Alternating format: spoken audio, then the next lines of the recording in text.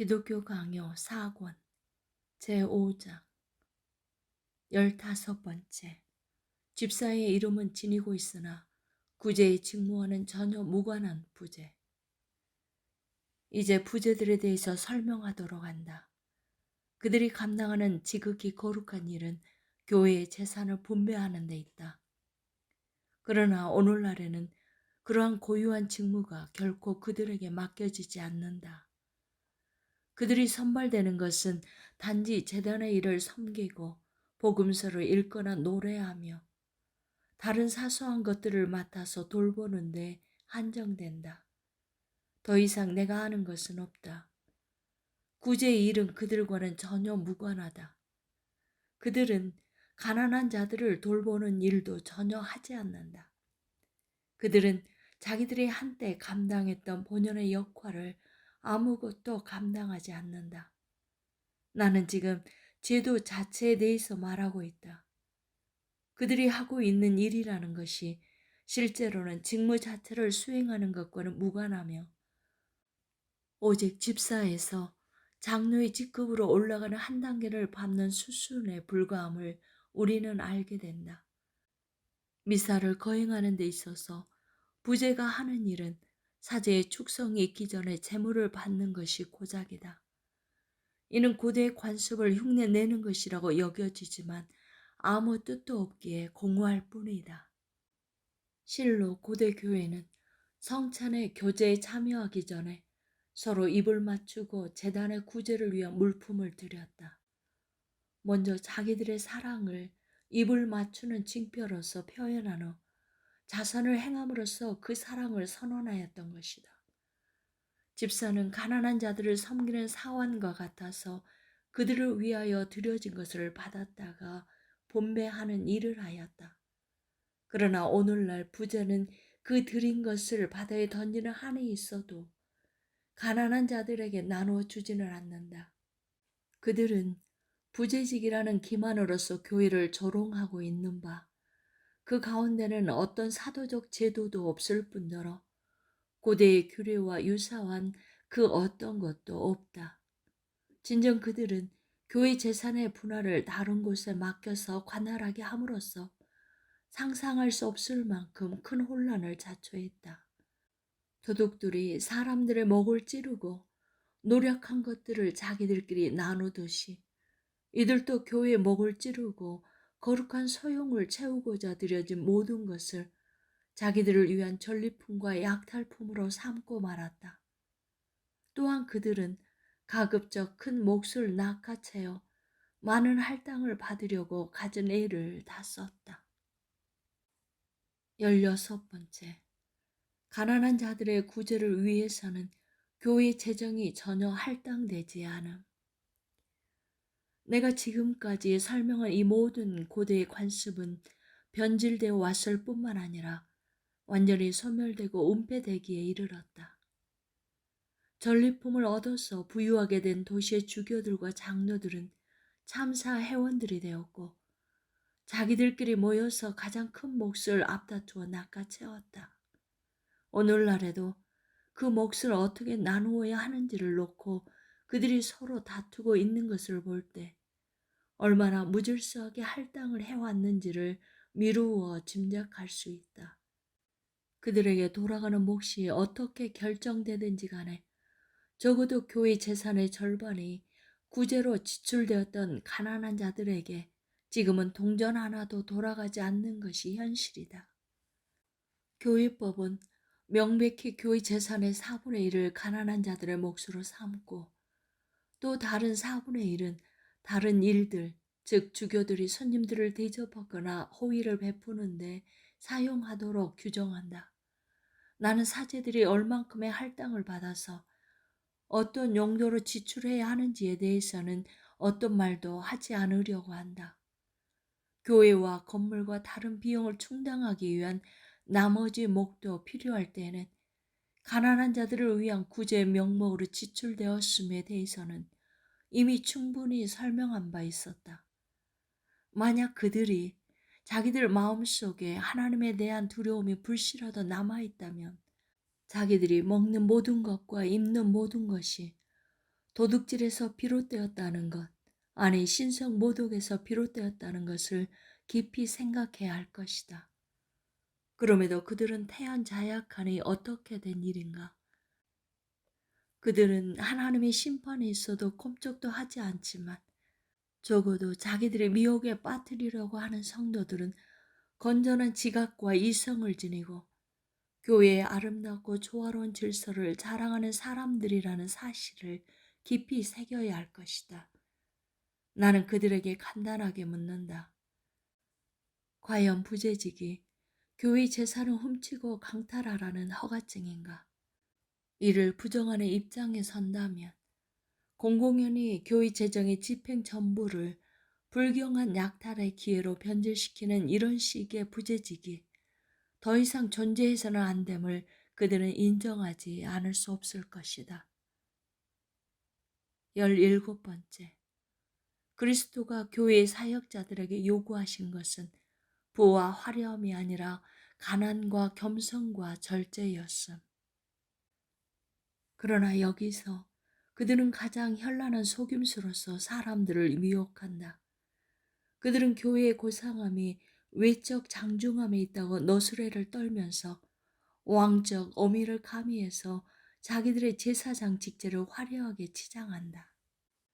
그리고 자기들의 분파에 속한 어떤 자들을 사주해서 옛날의 선지자들이 미리 묘사한 그리스도의 나라의 광채를 만방에 드러내려면 이렇게 하는 것이 최선이라는 말을 공공연히 유포하게끔 한다.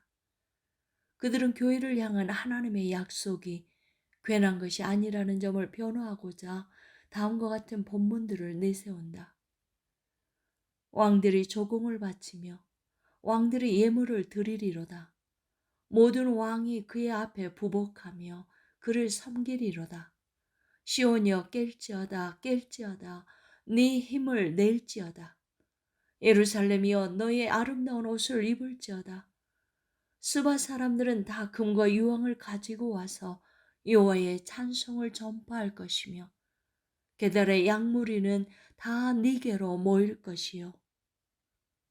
그들의 이러한 모렴치를 논박하는 것이 더 오랫동안 머물게 된다면 나 자신도 그들과 다를 바 없이 아둔하게 되고 말 것이다. 그러므로 쓸데없는 말의 향연을 더 이상 지속할 필요가 없다. 그러나 나는 여전히 이 한 가지는 그들에게 묻고자 한다.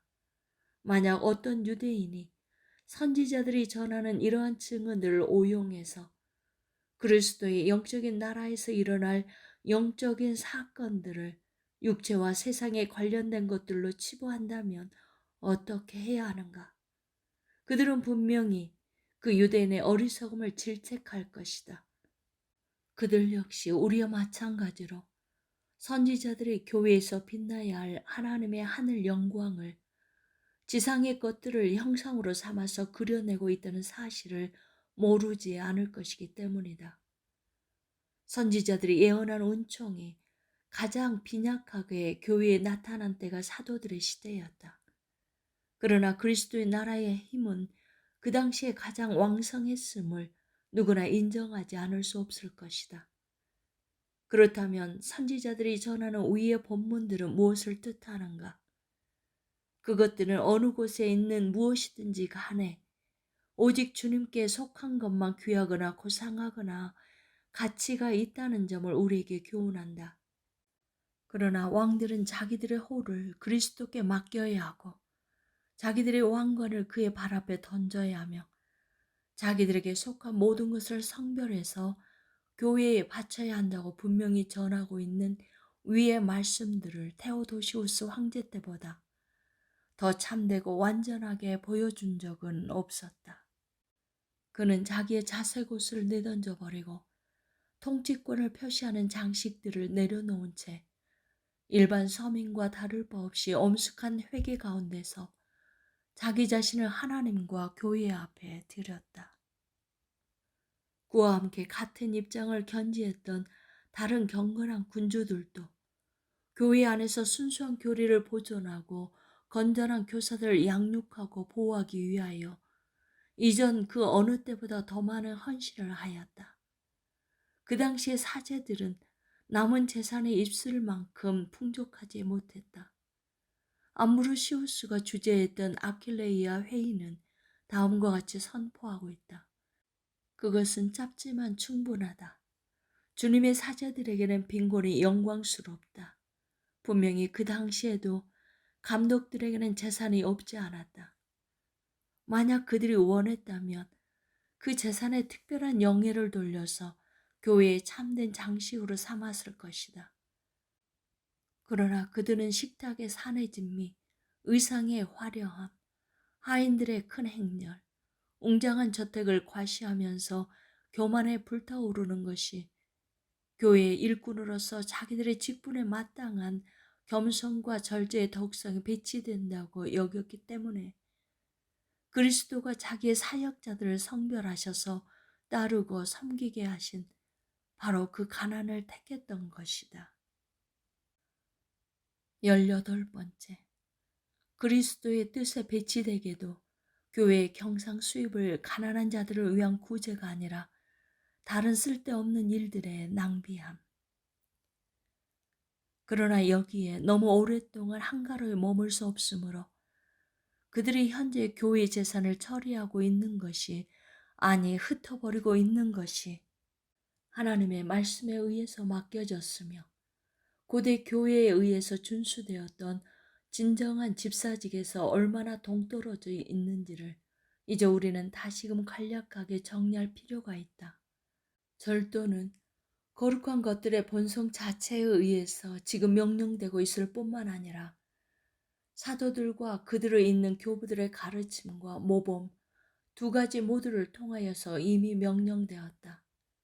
만약 절도를 지키지 않는다면 교회를 장식하기 위해서 부여된 것들 모두 쓸모없게 될 것이다. 과연 오늘날 교회에서 이런 명령을 따르는 모습을 찾아볼 수 있는가? 일찍이 교회가 보여주었던 검소함과 정직한 소박함이 오늘날 교회에서는 모두 거부된다. 지금은 오직 과도한 기호와 시대의 타락상만을 교회가 쫓고 있다. 교회가 살아있는 성전들을 합당하게 돌보기는커녕 수천 명의 가난한 자들이 배고픔으로 인하여 죽어가든 말든 가장 작은 잔이나 병 한 개를 깨뜨리는 것이 두려워서 그들의 갈급함을 채우는데 무심하다. 나는 너무 내 자신의 판단으로 거칠게 몰아가기를 원치 않기 때문에 다음 한 가지로서 경건한 독자들이 친히 사려 분별하기를 원한다. 내가 이미 언급한 적이 있었던 툴루스의 감독 엑스페리우스나 아키티우스나 암브로시우스나 그들과 다를 바 없는 다른 자들이 다시 살아나서 돌아온다면 무엇이라고 말하겠는가? 그들이라면 가난한 자들에게는 마치 돈이 아무 쓸모가 없기라도 한 것처럼 그것을 다른 곳으로 빼돌리지는 않을 것이다. 서로 가난한 자들이 하나도 없다 손치더라도 오늘날과 같이 쓸데없는 곳에 돈을 낭비하는 것은 해가 될 뿐이며 결코 어떤 유익도 없을 것이다. 그러나 나는 이런 잘못을 저지르는 부류에 속한 자들에 대해서는 더 이상 말하지 않으려고 한다. 교회의 제사는 그리스도께 드려진 것이므로 그의 뜻에 부합되게 사용되어야 한다. 그가 보시기에 합당하지 않으면, 즉 그의 명령에 배치된다면 그 어떤 명분을 내세워도 낭비일 뿐이다. 실상을 말한다면 오늘날 교회는 경상 수입을 지출함에 있어서 거의 그의 뜻을 따르지 않는다. 사제들의 욕심은 끝이 없어서 아무리 주교의 교구가 부유하고 대수도원이 더할 나위 없이 윤택하며 큰 액수의 성직록을 수를 헤아릴 수 없을 만큼 충분히 받아서 누려도 다 충족되지 않는다.